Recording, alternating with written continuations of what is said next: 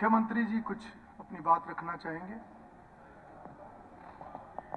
माननीय अध्यक्ष जी, मैं सदन में एक बात रखना चाहता हूं कि माननीय भूपेंद्र सिंह हुड्डा ने आज सदन में एक विषय रखा है कि 18 नवंबर 2024 को सत्र का समय 11 बजे की बजाय 2 बजे का हो। इससे मैं सहमत हूं। अगर सदन की पूरे की सहमति है तो उसको 2 बजे का कर दिया जाए। शुरू हो ना हर सोमवार को, केवल 18 के नहीं, आगे भी सोमवार को जब शुरू। माननीय सदस्यगण, जैसा कि माननीय मुख्यमंत्री जी ने सदन का समय सोमवार 18 नवंबर 2024 को दोपहर 2 बजे करने की अपनी सहमति जताई है, अगर सदन इस प्रस्ताव से सहमत है तो इस प्रस्ताव को स्वीकार कर लिया जाए। जो इस पक्ष में है, जो इस प्रस्ताव के पक्ष में है, वे कृपया हाँ कहें। हाँ पक्ष की जीत हुई, हाँ पक्ष की जीत हुई। प्रस्ताव सर्वसम्मति से स्वीकृत हुआ।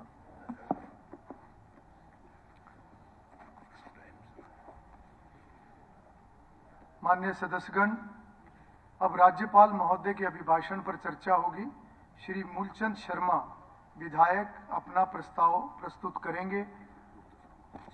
उससे पहले, क्योंकि इसके ऊपर जो राज्यपाल महोदय के अभिभाषण पर सामान्य चर्चा के लिए जो समय तय किया गया है वो 360 मिनट है, और उसमें अगर हम दल के हिसाब से, दल की जो स्ट्रेंथ है उसके हिसाब से अगर हम देखें तो भारतीय जनता पार्टी को 192 मिनट उसमें मिलते हैं, इंडियन नेशनल कांग्रेस को 148 मिनट मिलते हैं, इंडियन नेशनल लोकदल 8 मिनट और निर्दलीय 12 मिनट। लगभग औसत एक सदस्य की 4 मिनट की इसमें बनती है। जी कहना चाहता हूँ जिस गवर्नर एड्रेस से पहले, स्पीकर सर, पिछले दिनों एक गंभीर इशू अम्बाड़ा में आया। हरियाणा सरकार के मंत्री माननीय श्री अनिल विज ने कहा कि चुनाव के दौरान मेरी हत्या की साजिश रची गई, और यहां तक भी कहा गया कि मेरी Z+ जो सिक्योरिटी थी उसमें कटौती की गई है। तो स्पीकर सर, आज जो मंत्री हैं इतना गंभीर उन्होंने आरोप लगाया है, तो मैं ये चाहूंगा कि कोई भी काम पहले शुरू हो, मुख्यमंत्री जी जवाब दें, क्योंकि Z+ सिक्योरिटी या तो होम मिनिस्टर घटाए या मुख्यमंत्री जी घटाए। देखिए, अगर आपको कोई भी विषय देना है लिखित में दें। ये बड़ा माननीय राज्यपाल के अभिभाषण के ऊपर मंत्री खुद कह रहे हैं मेरी हत्या की साजिश रची गई। बाकी बातें छोड़ो, सरकार के मंत्री हैं वो कह रहे हैं, तो मुख्यमंत्री जिसमें जवाब दे कि या तो कमेटी बिठाई जाए या उस स्तरीय जांच कोई कराई जाए। बहुत गंभीर इशू है। एक मेंबर, उसके मेंबर है, मंत्री हैं, वो आरोप लगा रहे हैं कि मेरी हत्या की साजिश चुनाव में रची गई है।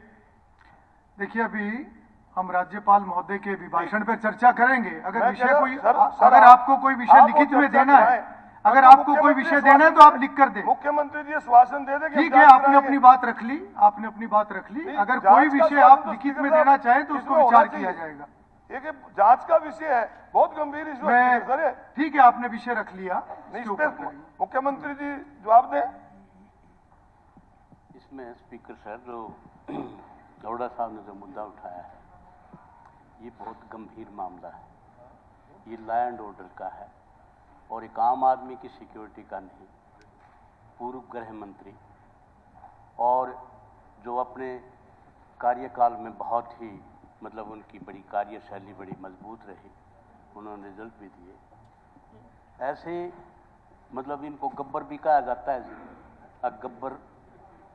तो ऐसे आदमी की और प्रेजेंट में मंत्री, उनकी मतलब ये कहता है कि मेरी साजिश रची गई मुझे मारने की। दूसरा एलिगेशन उन्होंने लगाया कि मेरे हर प्रोग्राम में खून खराबे की साजिश रची गई। तीसरा उन्होंने आरोप लगाया कि मुझे हराने की कोशिश की अधिकारियों द्वारा। देखिए, इस प्रकार की बयानबाजी ये चलती रहती है। बयानबाजी नहीं है, हर तरफ से बयान आते हैं। इन्होंने शपथ ली, मेरा आपसे निवेदन है, इन्होंने शपथ ली है, शपथ के बाद ये बात कही। मेरा आपसे निवेदन है कि अभी हम माननीय राज्यपाल के अभिभाषण के ऊपर चर्चा शुरू करें। क्योंकि इस प्रकार के विषय अगर हम बीच बीच में रखेंगे तो मैं समझता हूं कि जो सभी माननीय सदस्यों को हम समय देना चाहते हैं ताकि वो अपनी बात रख सके। ये इशू एक ठीक है, वो विषय आपने रख दिया, वो विषय रख दिया, उसके ऊपर अभी चर्चा नहीं होगी। उसके कोई बात नहीं, आप चिंता ना कीजिए, आपकी चिंता सबको है, मुझे भी चिंता है, मुझे भी चिंता है। अध्यक्ष महोदय, विषय तो बहुत गंभीर है, इसका समाधान भी निकलना चाहिए। मेरे पास समाधान है एक, कहो तो मैं बता दूं मुख्यमंत्री जी को, गृह मंत्रालय इसको दे दे तो पीछा छूट जाएगा। स्पीकर सर, देखिए एक बात ध्यान में आई, वो ध्यान में करा दी गई है, सदन के भी आपकी भी बात नोटिस में आ गई है। मेरा निवेदन है कि आप चर्चा शुरू करवाएं। मेरा सभी दलों से ये निवेदन भी है कि जो बोलने वाले हमारे जो माननीय सदस्य हैं उनके नाम लिखकर वो भिजवा दिए जाएं। अब माननीय सदस्यगण, अब राज्यपाल महोदय के अभिभाषण पर चर्चा होगी। श्री मूलचंद शर्मा विधायक अपना प्रस्ताव प्रस्तुत करेंगे। अध्यक्ष महोदय, मैं प्रस्ताव करता हूं कि राज्यपाल महोदय को एक समावेदन निम्नलिखित शब्दों में प्रस्तुत किया जाए कि इस सत्र में इकट्ठे हुए हरियाणा विधानसभा के सदस्य उस अभिभाषण के लिए राज्यपाल महोदय के अत्यंत कृतज्ञ है जो उन्होंने आज 13 नवंबर 2024 को प्रातः 11 बजे इस सदन में देने की कृपा की है। अध्यक्ष महोदय, जो राज्यपाल महोदय जी ने जो विजन रखा है सरकार का, एक सरकार के बारे में जो विस्तार से जो चर्चा हुई है इसमें, और सरकार जो सफल जो कार्यक्रम हर क्षेत्र में जो हमारी सरकार ने जो कार्यक्रम किए हैं कि हरियाणा एक पहला प्रदेश ऐसा है और हरियाणा की अपनी पहचान भी हुई है।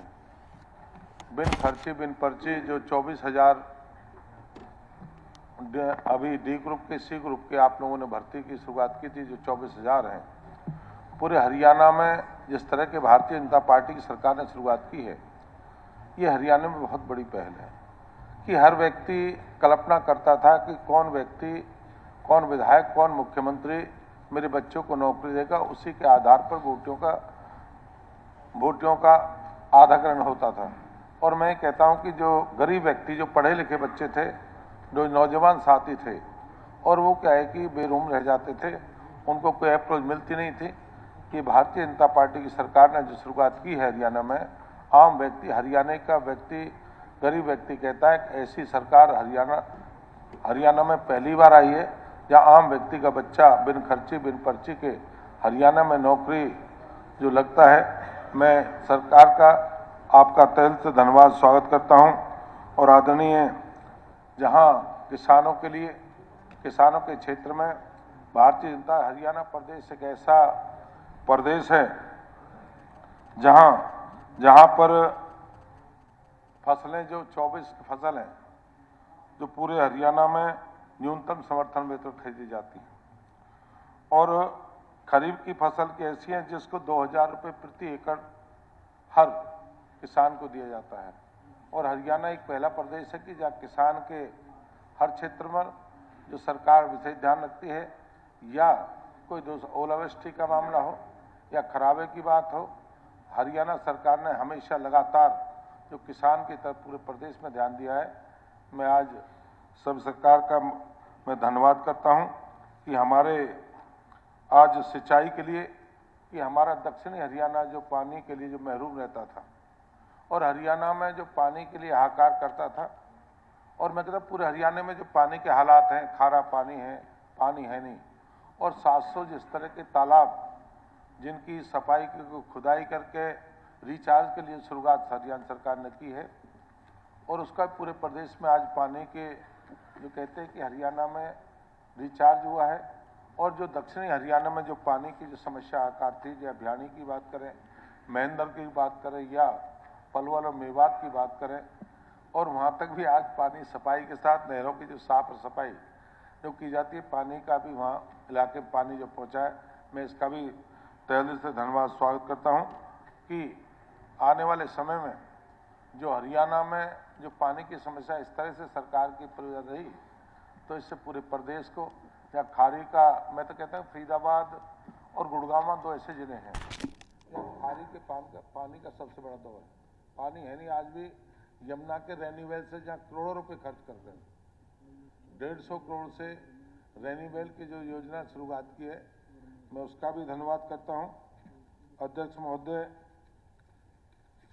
आज हमारे हरियाणा प्रदेश में देश के प्रधानमंत्री आदरणीय नरेंद्र मोदी जी ने 2025 में पानीपत में जहाँ बेटी बचाओ बेटी पढ़ाओ की शुरुआत की थी और वहाँ से आंकड़ा जहाँ मात्र 871 था और आज हमारा आंकड़ा बेटी बचाने के उस पर आज 900 प्लस के आसपास है। तो पूरे हरियाणा में जो रेशो था, लिंग अनुपात था, वो सबसे कम था।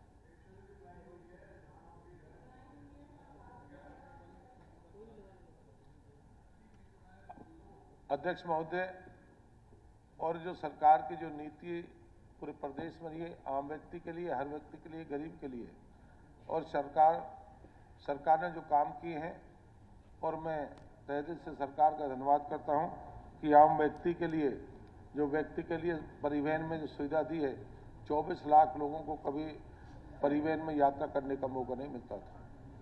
और परिवहन में यात्रा जिस तरह के कार्ड हरियाणा सरकार ने बनाने का काम किया, साल में 1000 किलोमीटर आम व्यक्ति, बीपीएल का आदमी, हर व्यक्ति जो बुजुर्ग आदमी है, जो 60 साल से ऊपर का, कहीं भी हरियाणा के कोने कोने में कहीं तीर्थ यात्रा कर सकता है, कहीं दूसरे जा सकता है। और परिवहन में जो शुरुआत की है कि जितनी परिवहन में नई सुविधाओं को बेड़ों को जिस तरह बढ़ाया गया है, इससे हरियाणा प्रदेश में जिस तरह के हालात हरियाणा में हो गए थे कि बेड़े में बस भी नहीं थी, और जिस तरह के स्टैंड बनाए हैं, ये हरियाणा सरकार ने जो परिवहन के क्षेत्र में जो विकास किया है। और हरियाणा में जो खिलाड़ियों का जो सबसे बड़ा योगदान रहा, हरियाणा में जब पेरिस 2024 में पेरिस ओलंपिक जो गेम हुए, जिसमें से 6 में से 4 मेडल हरियाणा के बच्चों ने जो जीतने का काम किया, ये हरियाणा के खिलाड़ी कहते हैं हरियाणा का हर दसवां नौजवान सेना में है, और हरियाणा का हर साथी, चाहे कोई खेल का क्षेत्र हो, अपने आप में कहीं गोल्ड है, कहीं सिल्वर है, कहीं कांस्य पर लाने का काम करता है। ये सरकार की उपलब्धि है। सरकार ने जो खेल को बढ़ावा दिया है, और हरियाणा सरकार की नीति है, और पहली बार जो हरियाणा में इस तरह का हुआ है। और जहां विधवाओं की पेंशन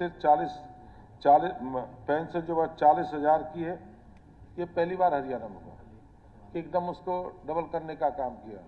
और कोई भी फौजी, कोई अगर सेना में कोई की शहादत आती है, कोई व्यक्ति उसमें साथ देता है, तो 1 करोड़ रुपए की सहायता राशि उसको देने का काम ये केंद्र प्रदेश की सरकार ने देने का काम किया।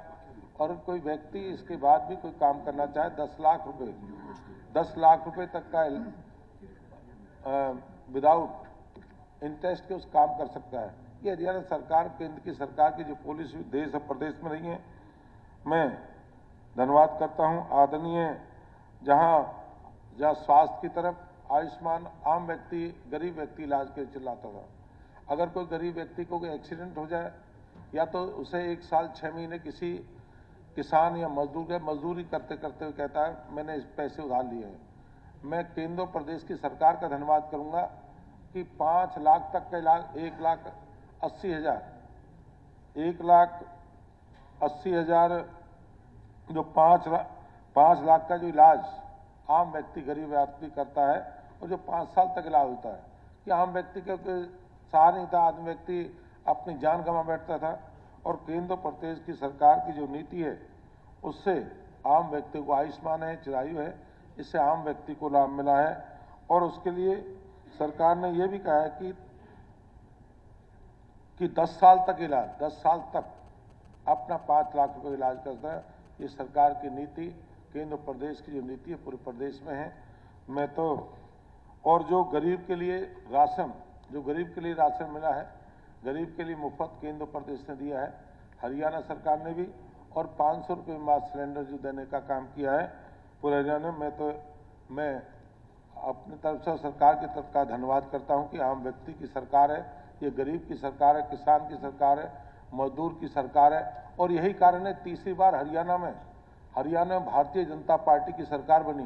कभी कल्पना भी नहीं थी हरियाणा में कि यहाँ कमल खिलेगा और तीसरी बार हरियाणा भारतीय जनता पार्टी जो नीति केंद्र प्रदेश की नीति है, इससे भारतीय जनता पार्टी की सरकार प्रदेश में बनी कि आम व्यक्ति की सरकार है। किसी जाति कुछ क्षेत्र की बात की, क्षेत्रवाद हरियाणा में था, जिस तरह का जातिवाद हरियाणा में था, जिस तरह के हिस्सों में बटा हुआ था हरियाणा, ये पहली बार हरियाणा में हुआ। आम व्यक्ति कहता है ये हमारी सरकार है, ये मेरी सरकार है, ये सबकी सरकार है, जिसमें हर व्यक्ति अपना हिस्सा मांगता है। मैं तो ये कहूँगा सरकार की जो नीति है आम व्यक्ति की सरकार है, और मैं राज्यपाल महोदय ने जो किया मैं उसका धन्यवाद करता हूँ और समर्थ करता हूँ। जय हिंद। माननीय सदस्यगण, मैं सदन की जानकारी के लिए बताना चाहता हूं कि तिगांव निर्वाचन क्षेत्र के विद्यासागर इंटरनेशनल स्कूल घरोरा, जिला फरीदाबाद के विद्यार्थी तथा स्टाफ आज सदन की एमएसपी 24 फसलों पर हरियाणा देने वाला पहला प्रदेश है पूरे भारतवर्ष के अंदर। ऐसे अनेक कार्य हैं जो प्रदेश सरकार निरंतर कर रही है। माननीय अध्यक्ष महोदय, आज प्रदेश के नागरिकों द्वारा बिना पर्ची बिना खर्ची की सरकार को पसंद किया जा रहा है। यहां मैं बताना चाहूंगा कि चुनाव में बहुत एक्सपीरियंस हुए।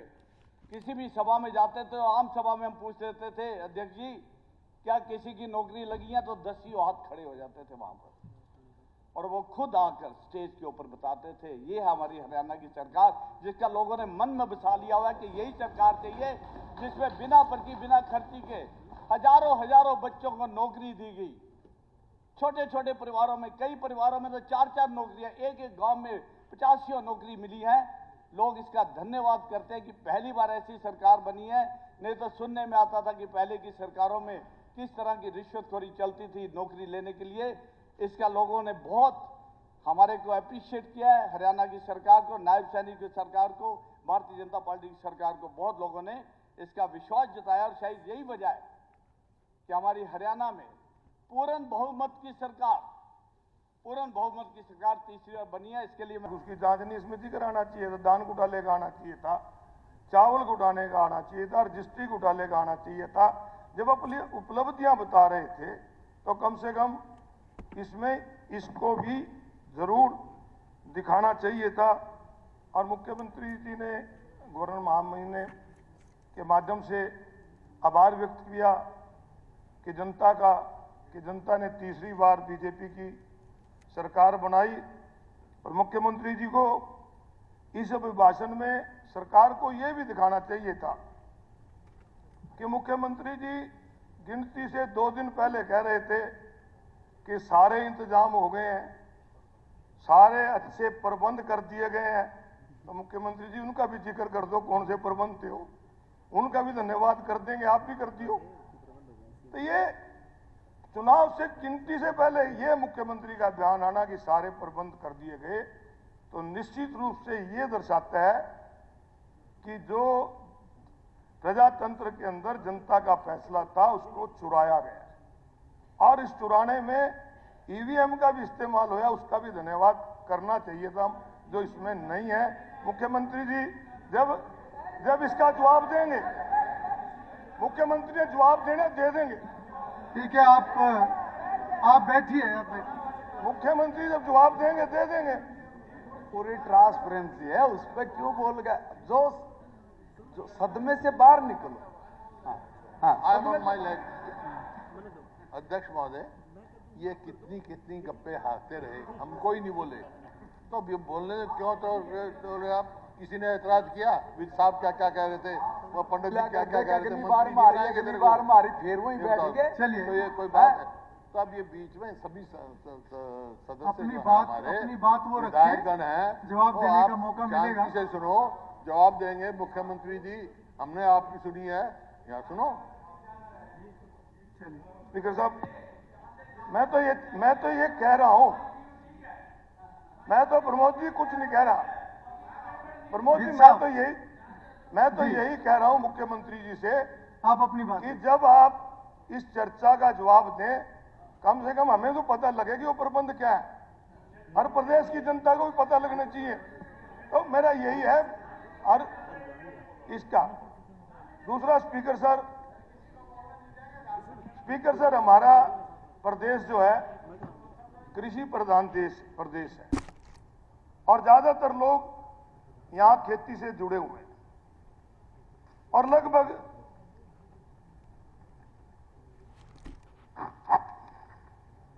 यहां पर जो गेहूं की फसल है 62 लाख हेक्टेयर में होती और जिक्र बहुत आज हरियाणा प्रदेश का किसान इस बात की कर रहा है कि डीएपी की, और सरकार की तरफ से लगातार एक बात आती है कि डीएपी की कोई कमी नहीं है। और हमारे कृषि मंत्री जी मेरे मित्र हैं, बहुत लंबे समय तक हम इकट्ठे रहे और मुझे पता है कि बहुत अच्छी खेती भी करते हैं, इन्होंने खुद खेती की है, परंतु मुझे समझ नहीं लगती। कहते हैं कमी नहीं है, लाइन लगी हुई है। डीएपी एक ऐसी चीज है, स्पीकर सर आप भी किसान हैं, जो केवल बिजाई में डाली जाती है।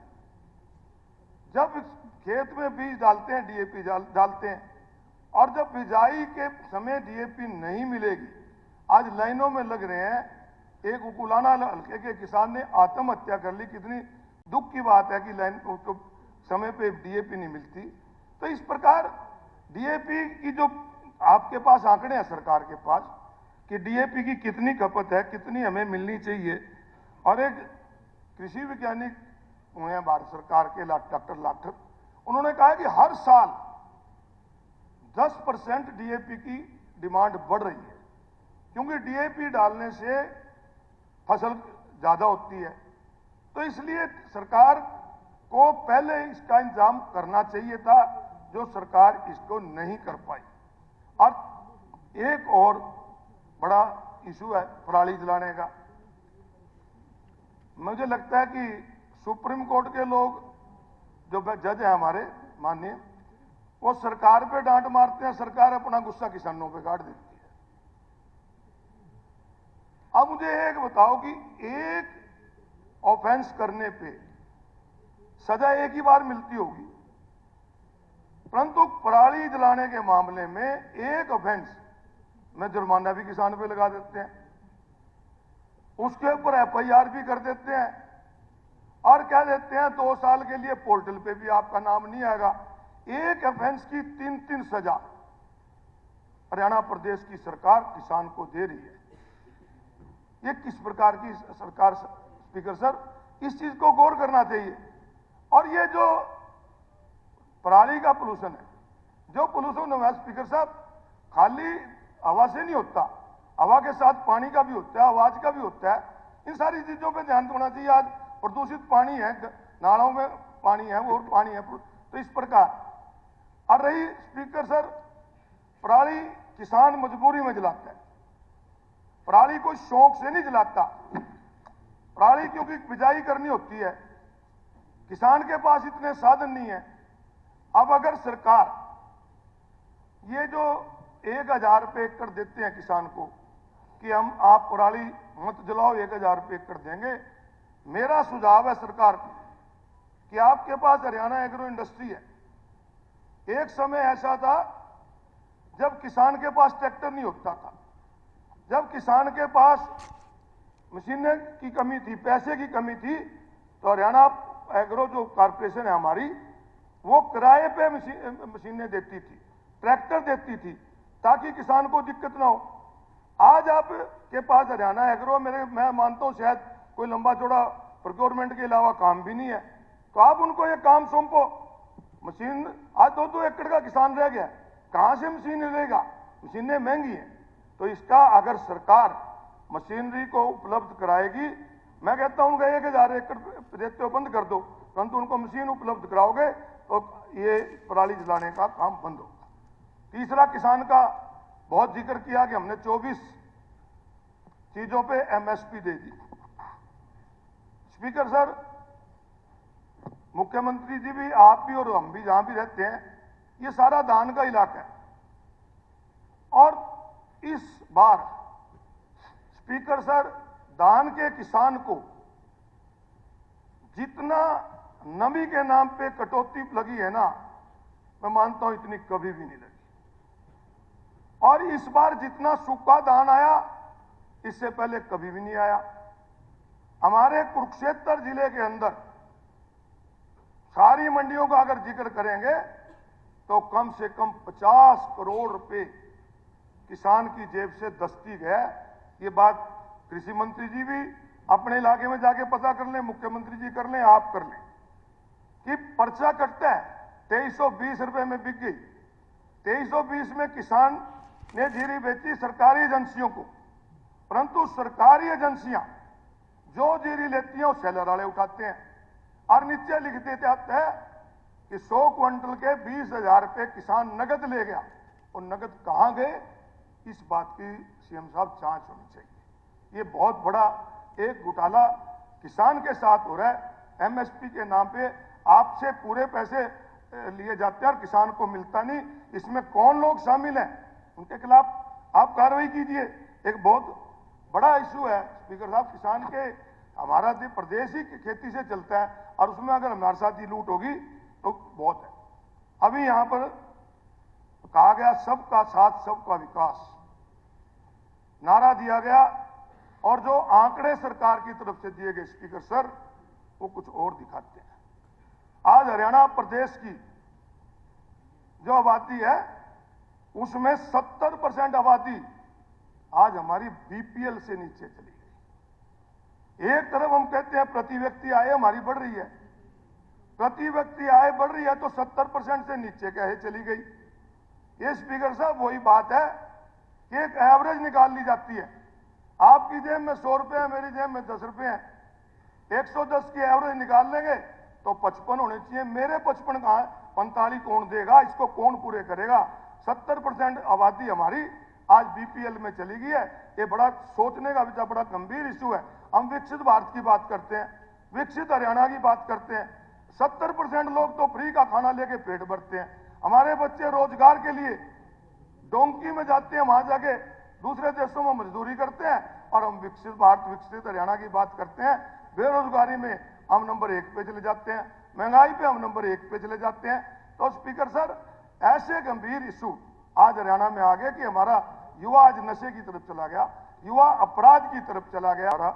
कर दो, मुझे कोई इतराज नहीं, आपने ठीक कहा। परंतु बेसहारा आज जिनकी आप पूजा करने की बात करते हो, आज वो प्लास्टिक खा के मर रही हैं, उनकी तरफ भी ध्यान कर लो। मैं तो अपने शब्द को ये ठीक कर लूंगा। और मैंने कुरुक्षेत्रा को कमर्शियलाइज नहीं, गीता जयंती को, ब्रह्म सरोवर को कमर्शियलाइज किया। आप उसको ध्यान देके सुन लो। मैंने आपस में बात ना करें, आपस में बात ना करें। तो मैं एक बात कहूंगा कि सरकार ने चुनाव से पहले महिलाओं से वादा किया था लाडो लक्ष्मी योजना में 2100 देंगे। तो गवर्नर ड्रेस में तो मुख्यमंत्री जी को जिक्र ही नहीं है। इसका जिक्र भी करवा देंगे, जब करो बोलोगे जद कर दोगे। बहुत इंतजार कर रही हैं आपकी बहनें, हमारी बहनें, वो इसका भी होना चाहिए। और ये जो आज गवर्नर एड्रेस आज हुआ है, मुझे लगता है कि इसमें कुछ भी नया नहीं है, सारा कुछ पुराना है। पुराने उस पर चल रहे हैं, पहले भी धान घोटाले होते थे, अब भी हो रहे हैं। तो इनके रोकने के प्रबंध किए जाए। आपका धन्यवाद स्पीकर साहब। घनश्याम दास अरोड़ा जी।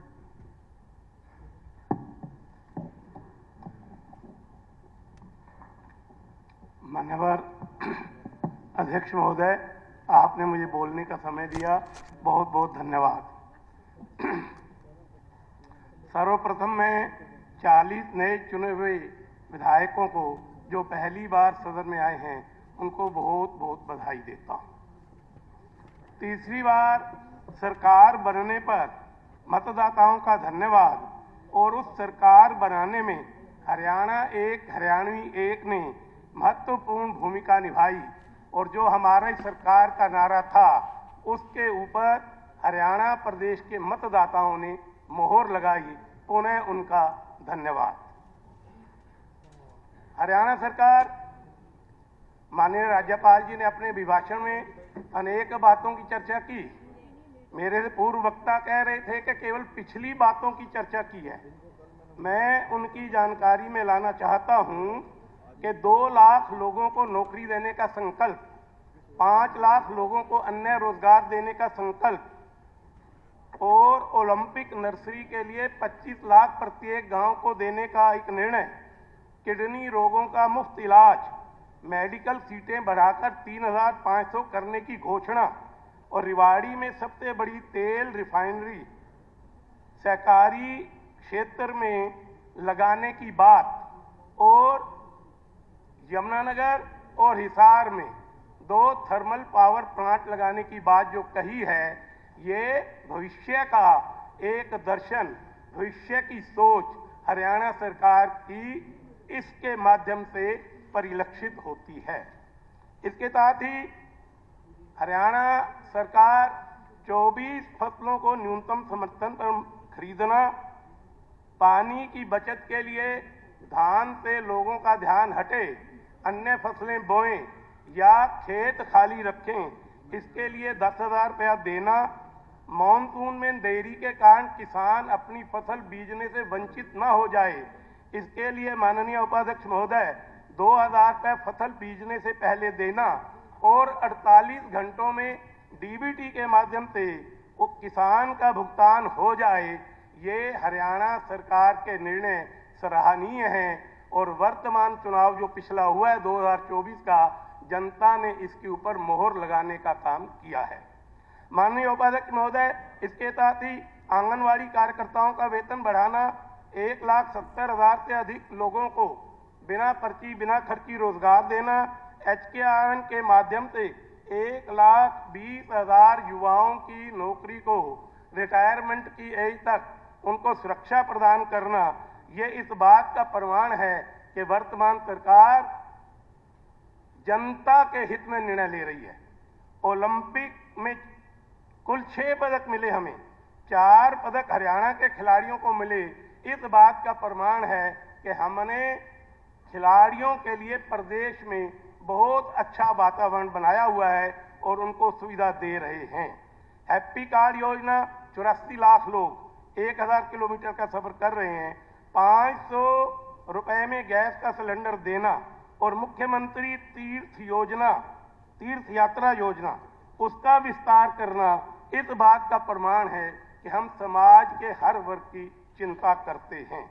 इसके साथ ही बेटी बचाओ बेटी पढ़ाओ में के कारण लिंगानुपात में सुधार हुआ, प्राकृतिक आपदा में 133 करोड़ 75 लाख का हमने भुगतान किसानों को दिया, जो इस बात का प्रमाण है कि हम समाज के प्रत्येक व्यक्ति की चिंता करते हैं। इसके साथ ही इन सब बातों के साथ साथ अपनी विधानसभा की चर्चा न करूं तो मामला अधूरा रहेगा। मेरी विधानसभा के 2 गांव 3 बूथ घोड़ों पिपली टापू माजरी, ये जमुना के पार पड़ते हैं। लोकसभा चुनाव में उन लोगों ने चुनाव का बहिष्कार किया कि जब तक पुल नहीं बनेगा हम चुनाव का बहिष्कार करेंगे। हमने निवेदन करके उनको कहा कि लोकतंत्र का एक पर्व है, आप अपने मत का प्रयोग करें, हम पुल निर्माण करने के लिए आपकी आवाज विधानसभा में उठाएंगे। पिछली बार भी उठाई थी, तो इसकी तरफ प्रदेश सरकार केंद्र सरकार के सहयोग से पुल निर्माण की कार्रवाई प्रारंभ करे, कोई उसका एक रोड मैप तैयार करे और उन गांवों में, क्योंकि जमुना जी बीच में आती हैं, नलकूप के लिए किसानों को कनेक्शन नहीं दिए जा रहे, कुछ दिए गए थे पहले, तो नलकूप के कनेक्शन देने का काम भी करना चाहिए। यमुनानगर एक औद्योगिक नगर है, औद्योगिक नगर के कारण जो यातायात का दबाव काफी रहता है, परंतु यमुनानगर में ट्रक अड्डा नहीं है, तो ट्रक अड्डा अर्थात मोटर मार्केट वहां बनाई जानी अति आवश्यक है। और एक बहुत लंबे समय से उद्योग क्षेत्र होने के कारण ICD इंटरनेशनल कंटेनर डिपो जो रेलवे के साथ जुड़ा हुआ है, उसकी मांग भी वहां के उद्योगपति कर रहे हैं। उसकी मांग को हम केंद्र सरकार के समक्ष रख के कई बार सर्वेक्षण हो चुके हैं, उसको भी आगे बढ़ाया जाए। इसके साथ ही माननीय मनोहर लाल जी ने अपने कार्यकाल में शिलान्यास किया था गुरु तेग बहादुर साहब मेडिकल कॉलेज का, वहां तक 4 मार्गी सड़क का निर्माण, ताकि लोगों को 20 किलोमीटर घूम कर न जाना पड़े। 4 मार्गी निर्माण हो जाएगा तो यमुनानगर से केवल 5 मिनट में उस अस्पताल में रोगी अपनी चिकित्सा के लिए वहां पहुंच पाएंगे। इसी तरह यमुनानगर में और हर शहर में हाई टेंशन वायर्स, बिजली की जो घनी आबादी वाले क्षेत्र हैं वहां से निकल रही हैं। प्रदेश सरकार को, बिजली विभाग को इसके लिए एक योजना बनाकर, ताकि दुर्घटनाएं ना हों, लोगों की जान न जाए, हाई टेंशन वायर को बाहर निकालने का काम करना चाहिए। इसके साथ ही यमुनानगर में 200 बिस्तर का नया सिविल अस्पताल बना है, वहाँ कैथ लैब और MRI की सुविधा, पिछली बार मैंने ये प्रश्न लगाया था, तो वो भी दी जानी आवश्यक है। जिला हेडक्वार्टर में ये सुविधाएं होंगी तो लोग उसका लाभ उठा पाएंगे। इसके साथ मैं ये भी निवेदन करना चाहता हूँ कि यमुनानगर के सिविल अस्पताल में जब 100 बिस्तर का अस्पताल था, उतना ही स्टाफ है, ग्रुप सी का, ग्रुप डी का, डॉक्टर्स का, नर्सिस का, उसको भी आवश्यकता अनुसार जितने वहाँ रोगी हैं, 200 का अस्पताल है, वो अवश्य पूरा किया जाए ताकि अस्पताल में आधारभूत सुविधाएं जो हैं वो हर रोगी तक पहुंच सकें। इसके साथ ही यमुनानगर बोर्ड प्लाई उद्योग का हब है और इस समय बोर्ड प्लाई उद्योग अपने सर्वाइवल के लिए अपने अस्तित्व की लड़ाई लड़ रहा है, तो मार्केट कमेटी की फीस जो है वो माफ होनी चाहिए ताकि वो उद्योग जिंदा रह सके, उसको पलायन करने के लिए मजबूर न होना पड़े। और अंतिम बात, नगर की सफाई व्यवस्था को सुचारू करने के लिए सफाई कर्मचारियों की संख्या बढ़ाई जानी चाहिए ताकि नगर साफ रह सकें। आपने मुझे समय दिया, पुनः एक बार आपका बहुत बहुत धन्यवाद। गीता बुक्कल जी। बहुत बहुत धन्यवाद उपाध्यक्ष महोदय। महामहिम राज्यपाल महोदय के अभिभाषण पर बोलने के लिए मौका दिया। उम्मीद करती हूं कि लोकतंत्र व लोकतांत्रिक मूल्यों पर खरा उतरते हुए और राजधर्म का पालन करते हुए ये सरकार कार्य करेगी। पिछली बार सरकार ने एक नारा दिया था, सबका साथ, सबका विकास और सबका विश्वास, एक मूल मंत्र देने का काम किया। लेकिन जहां जहां पर हम लोग विपक्ष के विधायक थे, वहां पर हमारे क्षेत्रों के साथ पूरी तरह से भेदभाव होने का काम किया। बीजेपी के बहुत से नेता अभी भी कह रहे हैं कि पिछली बार विधायकों के खातों में हमने पैसा डाल दिया। आप उनको जरूर बताएं कि MLA लैट जो दिया जाता है वो किसी विधायक के खाते में नहीं जाता, बल्कि वो सरकार को उस कार्यों को धरातल पर करवाने का काम करना होता है। और अभी भी इस प्रकार की बात की जा रही है, तो मेरा उपाध्यक्ष महोदय आपसे मैं उम्मीद करती हूं, 15वीं विधानसभा का ये सत्र चल रहा है। महामहिम राज्यपाल महोदय ने अभिभाषण में बहुत सी बातें कही हैं, मुख्यमंत्री जी ने भी कहा है कि सबका साथ और सबका विकास किया जाएगा, तो हमारे क्षेत्रों के साथ किसी प्रकार से कोई विश्वासघात ना किया जाए। वहां पर जो हमारे कार्य चल रहे हैं, हमारे समय से जो पाइपलाइन में थे, उनको वापस करने की बजाय उस पर पूरी तरह से काम करने का काम किया जाए। कह रहे थे कि सरकार का गठन हुआ है, भारतीय जनता पार्टी की सरकार तीसरी बार बनी है। लोकतंत्र में पूरी तरह से इस तंत्र का इस्तेमाल किया गया है। प्रशासन की देखरेख में जिस प्रकार से मैं समझती हूं ये खेल हुआ है, हम ड्रग्स डी एडिक्शन की बात करते हैं, यहां पर ड्रग्स एडिक्शन, नशा बांटा गया और वोट तो बराबर की आई हैं। 60% लोगों ने बीजेपी की सरकार को नकारने का काम किया है। तो मैं उम्मीद करती हूं कि आने वाला समय बेहतर हरियाणा के लिए हम आपको एक आश्वासन देना चाहते हैं, हम पूरी तरह से कोऑपरेट करने का काम करेंगे ताकि हमारा हरियाणा बेरोजगारी में नंबर 1 की बजाय, क्राइम में नंबर 1 की बजाय, महिलाओं के प्रति बढ़ते हुए अपराध में नंबर 1 की बजाय तरक्की में 1 नंबर का राज्य बने। इसकी ओर से, विपक्ष की ओर से हमारा पूरा प्रयास रहेगा। जय जवान जय किसान जय संविधान का नारा हम लोग दे रहे हैं। क्या हालत हो गई आज किसान की, हमारा किसान DAP की खाद के लिए लाइन में फिर रहा है, कहां उसको किसान को अपने खेत तैयार करने हैं, खाद मिल नहीं रही है। और आपकी सरकार ये यहां पर उपाध्यक्ष महोदय स्टेटमेंट देती है खाद की कोई कमी नहीं है, तो हमारे झज्जर में क्यों नहीं मिल रही? क्या कारण है कि क्षेत्रों में लाइन लग गई? इतने बार कहने के बाद भी, रिक्वायरमेंट कहने के बाद भी, फोन करने के बाद भी एक भी जगह पर जो है खाद, DAP की खाद नहीं मिल रही है। पराली को लेकर केवल किसानों को कहना, क्यों नहीं NGT की गाइडलाइंस को हम पूरी तरह से फॉलो करते, और क्यों किसानों की हम जो है रेड लाइन एंट्री कर रहे हैं और फसल नहीं खरीद की जाएगी? क्यों किसानों को थानों में जाकर आज खाद लेनी पड़ रही है? और हमारे क्षेत्र में फसल हमारी तबाह हो गई, बर्बाद हो गई। मुआवजे के लिए हमने बार बार कहा, फिर भी हमारे क्षेत्र में जो है वो मुआवजा देने का काम नहीं किया। हाई टेंशन वायर्स को लेकर लगातार हमारा किसान धरना प्रदर्शन कर रहा है। कई डेथ हो चुकी हैं, अभी पिछले हफ्ते भी हमारे क्षेत्र में बुरावास में इसकी वजह से डेथ हुई। ये बहुत बड़ा एक चिंता का विषय है। महामहिम राज्यपाल महोदय ने जो अपना अभिभाषण पढ़ा, हम सोच रहे थे कि उसमें भारतीय जनता पार्टी के संकल्प पत्र, घोषणा पत्र का जिक्र होगा, क्योंकि पिछली बार जो घोषणा पत्र बना था उसके लिए ये तय किया गया था एक कॉमन मिनिमम प्रोग्राम सेट किया जाएगा। एक भी मीटिंग उसकी नहीं हुई। माननीय अनिल विज जी उसके चेयरमैन बनाए गए, घोषणा पत्र के पन्नों को भी खोलकर नहीं दिया गया। आज फिर से एक संकल्प पत्र आया है। उम्मीद कर रहे थे कि इसमें महामहिम राज्यपाल महोदय बताएंगे कि हमारी बहनों को लाडो योजना के तहत 2100 रुपया कब से मिलना शुरू होगा। एक विजन डॉक्यूमेंट होना चाहिए था, लेकिन उस पर भी कोई खास चर्चा नहीं हुई। बेरोजगारी की मार झेल रहा हमारा युवा या तो अनएम्प्लॉयड है या अंडर एम्प्लॉयड है, महंगाई से जूझ रहे हैं। हमारा जो युवा है, अभी बड़ी वाहवाही लूटी जा रही है। हरियाणा कौशल रोजगार निगम के तहत 1,20,000 बच्चों को हम सेवा सुरक्षा देंगे। आप उनको पक्की नौकरी क्यों नहीं दे रहे?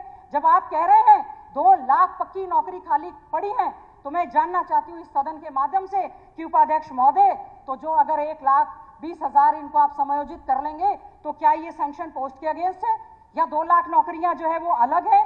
इसमें कोई रिजर्वेशन नहीं दिया गया, कोई शेड्यूल कास्ट रिजर्वेशन नहीं, कोई बैकवर्ड क्लास का रिजर्वेशन नहीं, कोई एक्स सर्विसमैन नहीं, कोई डिसेबल नहीं। ये चल क्या रहा है देश में?